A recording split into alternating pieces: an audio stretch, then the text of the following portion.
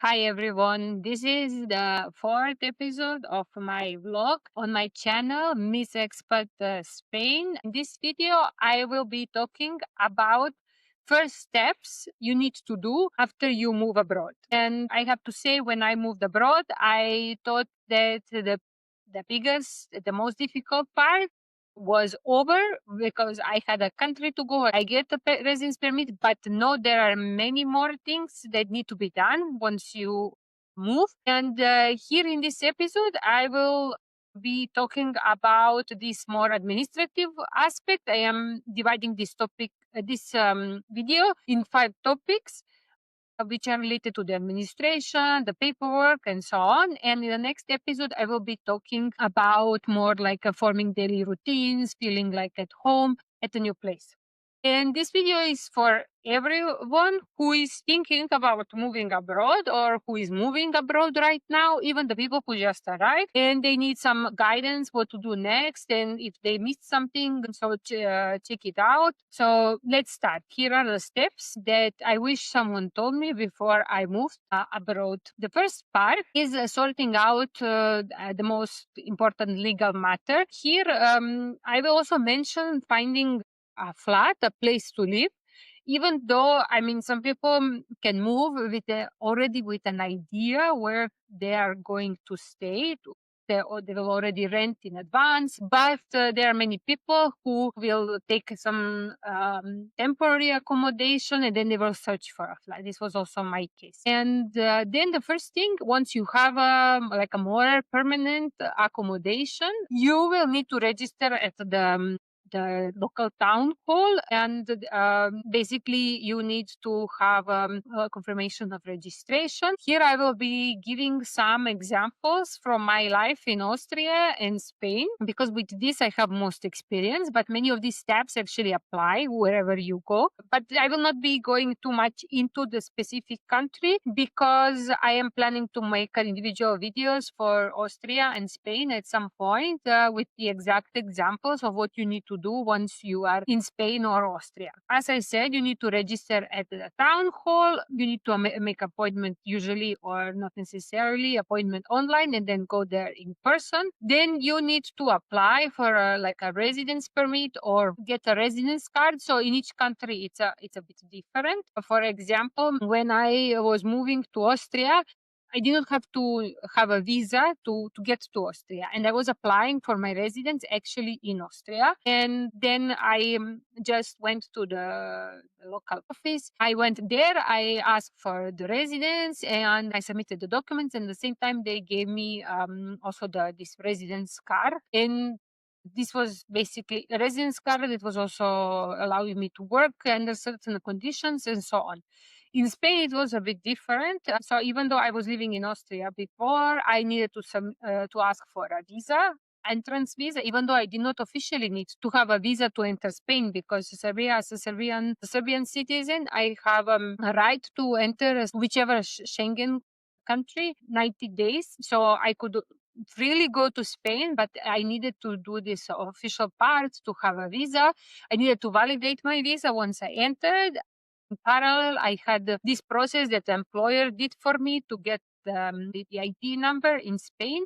And then with this ID number, once I arrived to Spain, I was submitting for my foreigner's residence ID card. There are quite couple of steps that I needed to do when I was applying for this residence card and residence in general in Spain. But this was not the case in Austria. So there are different ways to do it. And also you need to have your tax number. You need to have a social security number. For example, in my case, both in Austria and Spain, my employer did these steps for me. But if you're going to do some type of self-employment, this is something that is more up to you. For this administrative steps, you can also contact me, and yeah, depending on where you are and what you need, we can see if it can be done online, if I can give you an advice. In cases that you need something to be done in Madrid, I could also potentially go with you, and we could do that together. The second step is that you need to have a health insurance. Health insurance can be in general public or private. This step is not entirely separated from the previous steps. For example, when I was applying for the residence permit in Austria, I needed to have health insurance to actually submit for the residence permit. And in that case, it was public insurance. I have a public insurance here in Spain. I had a public insurance in Austria. They're generally pretty good. They're covering quite a lot. Many people, many foreigners who are coming to Spain, they have a private health insurance. For example, if they are coming on non-lucrative visa. Also, students. There are different ways to do that, but generally, if you are getting employed in Spain or Austria, your employer will give you first public insurance, and then there could be some additional packages. Also, you need to register at the local health system. In Austria, this basically was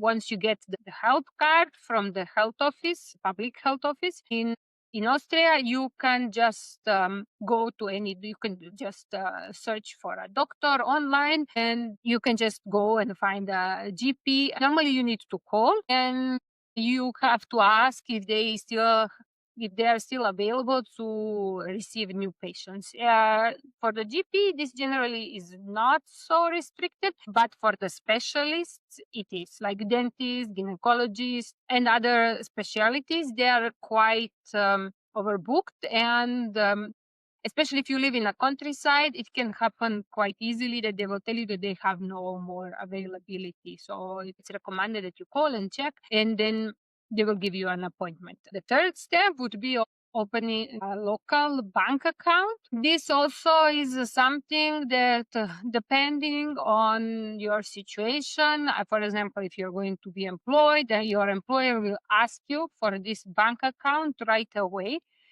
so that you can receive a salary. For example, here in Spain, I was in a bit strange situation because my employer was asking me for the bank account to have it as soon as possible, while many banks had no legal way to open me a bank account because I did not have the identity card of Spain, so the foreigner identity card, which you can only get up to 3-4 months of being in Spain. Well, actually, I moved to Spain in January and got mine in May, so it took me 5 months almost to get it. And for that reason, it's there are a couple of banks who are allowed to open you a bank account only with a passport.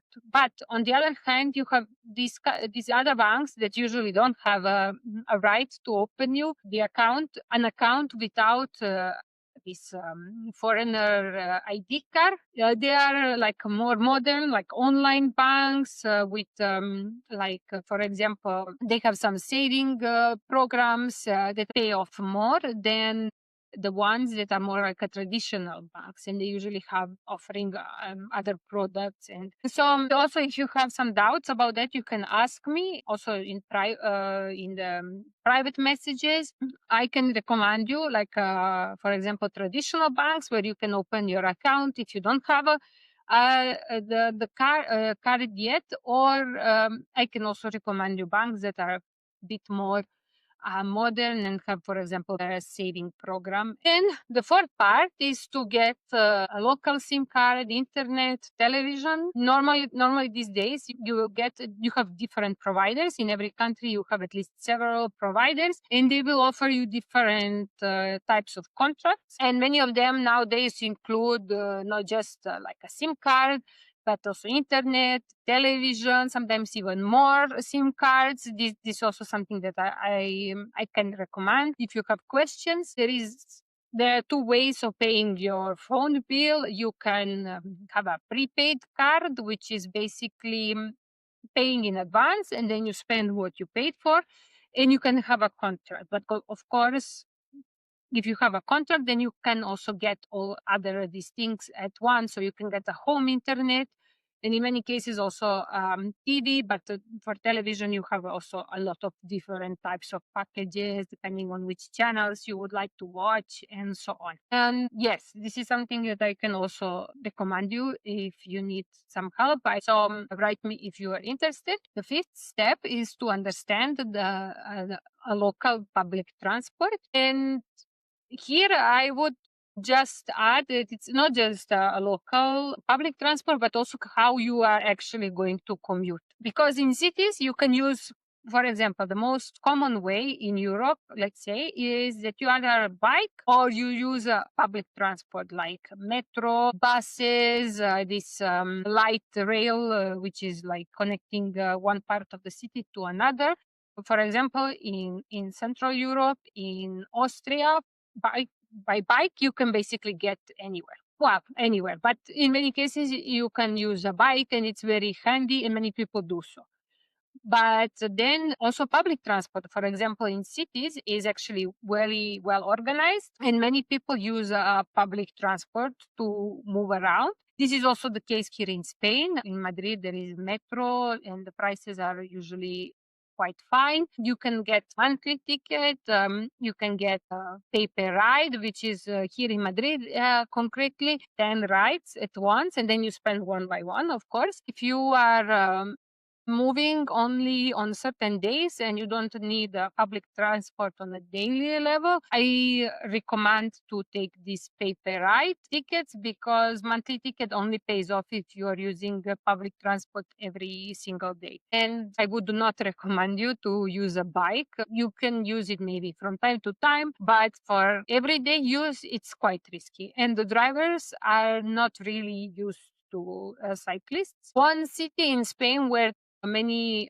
people use bike, for example, is Sevilla. So there are cities in Spain. In general, it's way more common to use public transport. Also, what I would here recommend you, for example, I lived in a village in Austria and I was biking occasionally to work because my work was like 2.5 kilometers away from my house. Also, if I needed to go to the village supermarket to buy just a couple of things, I was using a bike. But in Austria, to move between villages, it's very difficult if you don't have a car, because the public transport is not so well organized between the villages. You can use public transport, but from one village to another, sometimes you only have a bus like 5-6 times per day, and it takes you like twice as much to move than with the car.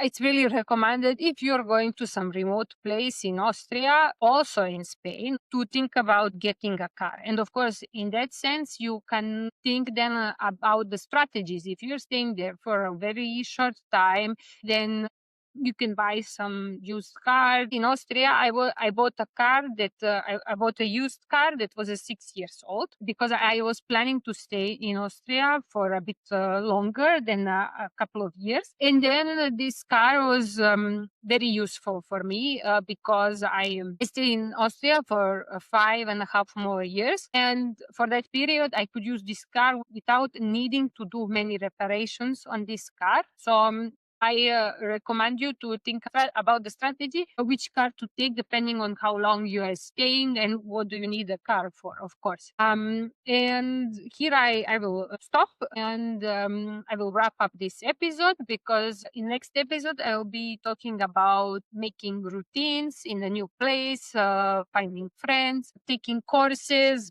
something that is related to everyday life, like finding a local supermarket or finding a place to buy vegetables and so on. So this is for the next week. Don't forget to like and subscribe. Also, you can support me through Buy Me a Coffee. For now, I am also thinking about opening a Patreon account. I have also an Instagram account, Miss Expat Spain. Check it out. Thank you for watching and see you next week.